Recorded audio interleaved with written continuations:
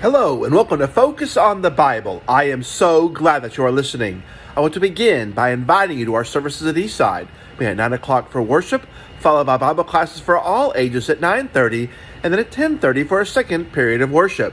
In addition, we meet at 6 on Wednesday evenings for Bible study.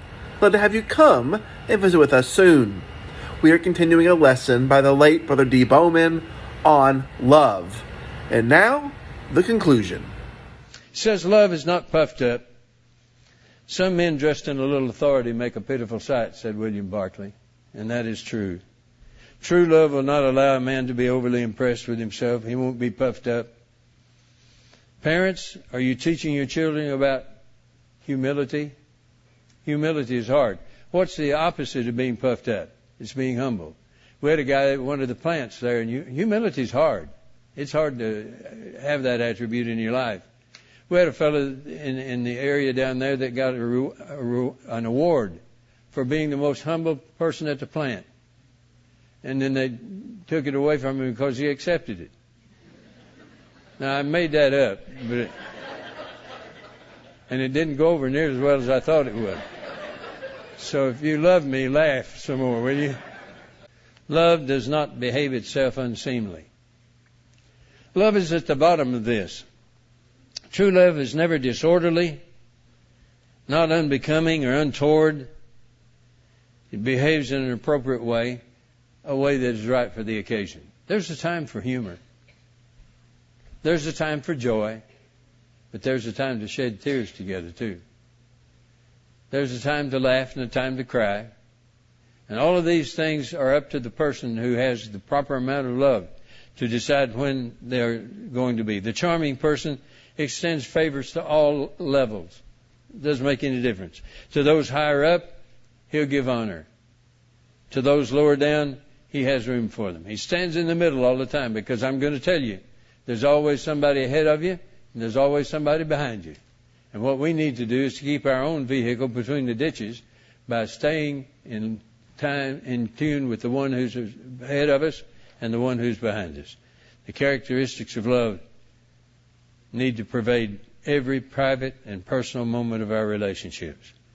It won't be possible for you to go over and let your hair down at night. Wives, you need to remember what your husband feels about you. And just throw caution to the wind and say whatever you want to say, whenever you want to say it, and however you want to say it. That's not real love. And the next thing he says is, love does not seek its own. True love abides in a fine, high-standing relationship. It avoids, as best as possible, acts of pure selfishness. Could I say something to you? The predicate for all sin is selfishness. All sin is a selfish choice of one's own person in preference to God. We need to understand that that's the case.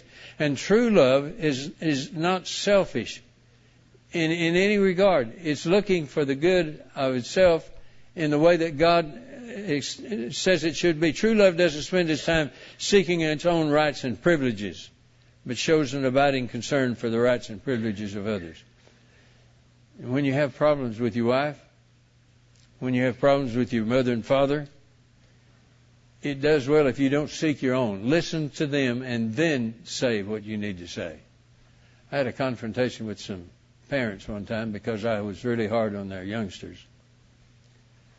They were doing some things that they should not be doing, and they came to talk to me, and they were upset, dissettled, I mean mad. And I thought, how am I going to handle this and still be true to my relationship with God? So I took me a 3x5 card and I folded it in half, just like this right here. Folded it in half just like that. Then I wrote on this side here so they couldn't see it on this side here. And I wrote these words. Think. God, help me not to say more than need be said, and help me say it softly. It sits on my desk to this day, and that's been 30 years ago. Because it's important that we think that way. It's hard to think that way. And even after putting the sign on there, I had to bite my lip 3 different times. I was bloody by the time we got through. But I followed the sign because it was God's way of doing the trouble, handling the trouble. The selfless person is not so interested in vindicating himself as he is making sure that all of us go to heaven, even the ones who disagree with. It's not easily provoked. It doesn't become exasperated with people. True love retards this inclination. It's real easy to do. True love does not think evil. Here's where all the evil begins. As a man thinketh in his heart, so is he. We need to understand that the term means to store up for future reference, this idea of thinking evil in your heart. We don't need that kind of thing. Does not require, or does not rejoice in iniquity, but rejoices in the truth. And finally, it believes, bears, and finally says there about it these 3, faith, hope, and love, but the greatest of these is love. Now, I have just a few minutes. I want to read something to you that I wrote. And I hope it will be of some benefit to you. Remember these things that we've talked about. Do you have a wife that takes care of you? That keeps your house and makes it into a home? That keeps you in her love? Who is never too busy to listen when you're disturbed? Who is always ready with a word of encouragement? Who loves you enough to tell you when you're wrong, but doesn't mark you off when you fail? Do you have a wife who tolerates your unshaven face and dirty blue jeans? Who thinks you're handsome even when you're not? Do you have a wife that loves you? Stop and thank God for her. But don't forget to thank her too. If you have a good wife, look her straight in the eye and say, I love you.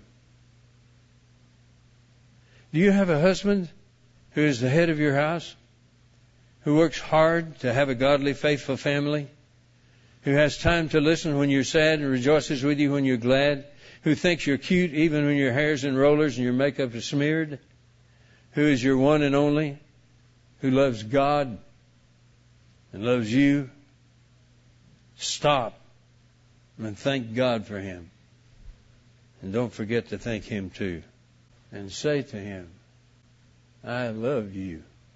Do you have kids in your family that are willing to put down the iPhone or the iPad or turn off the TV long enough to listen to what you're saying?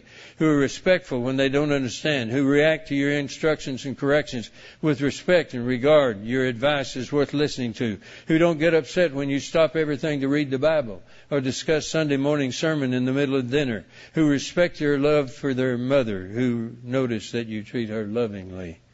Who like to hear you pray and who want to be like you? You have children like that? If so, why don't you stop for a minute and thank God for them? And just take one on the shoulders and look straight into his eyes, or her eyes, and say, I love you. Are you afraid to say I love you? Do the words stick in your throat sometimes? Do you have a friend who has stuck with you through thick and thin, through highs and lows, who has tolerated your strange notions and strange ideas, who has actually kept quiet when you told them things they didn't know, who has been there for you when you were having problems in the family or death had robbed you of someone special, who stood by you when you lost the job or They actually rejoice with your promotion when they didn't get one. Do you have a friend that loves in all seasons and at all times? Why not take them by the hand? Look them straight in the eye and say, I love you. And if your friend is your wife and your husband, why don't you say to her, you're my friend, I love you. You may be my wife, but you're my friend and I love you. Why is it, ladies and gentlemen, that we have trouble saying that? I'm not ashamed to say to you people this morning, I love you. I love what you are. I love you trying to do right. I love you for fulfilling 1 Corinthians 13. I love you for loving God with all your heart. I love you in spite of your failures. Because you love me in spite of mine, right? I love you for a lot of reasons. But mostly I love you because you love Him. Because you do good. I love the elders because they're willing to give themselves to feed the flock, to guide the flock, to encourage the flock, to correct the course when they find it in the wrong way. I love the deacons because they work hard without much praise. And could I say one other thing? I love preachers' wives. I got the best one anybody ever had. You have no idea what you're worth. A wife that stands with you. A wife that wipes the tears off your face. And doesn't think you're weak because you're able to cry. Love comes from God. God is love. He loved us. We love Him. Let us love one another. Thank you, ladies and gentlemen. To hear this lesson in its entirety, you can reach me at focusonthebible@icloud.com. That's focusonthebible@icloud.com. Thank you so much. Have a great and wonderful day. In the field I will